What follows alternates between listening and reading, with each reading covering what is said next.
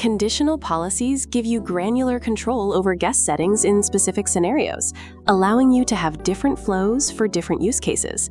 When first configuring External User Manager, you'll likely set up standard request, approval, onboarding, and access review procedures. However, on certain occasions, you might want to have special rules in place.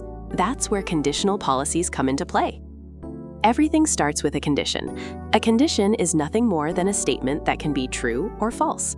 Let's use an example condition. The sensitivity label of the group to which the guest is added equals confidential. Now, let's imagine that a new guest request has been created. If the team that the guest is being added to does in fact have the confidential label, this statement will be true.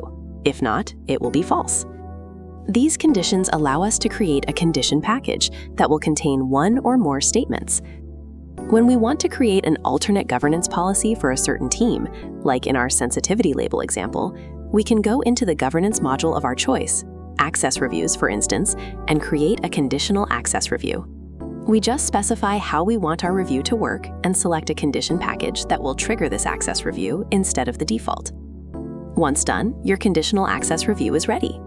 Now, whenever a new guest request comes in, the system would check whether the team has the confidential sensitivity label, and if it does, the guest will be subject to our conditional access review for this team. If you have several condition packages attached to a conditional policy, the system will check each of them in order. If one of them resolves as true, the conditional policy will be applied.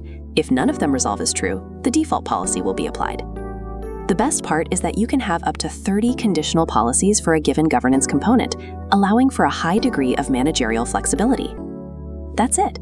Now you understand the key concepts behind conditional policies. Check out our in-depth documentation related to the subject for a deeper dive into use cases, setup, and caveats. And as always, thanks for using External User Manager.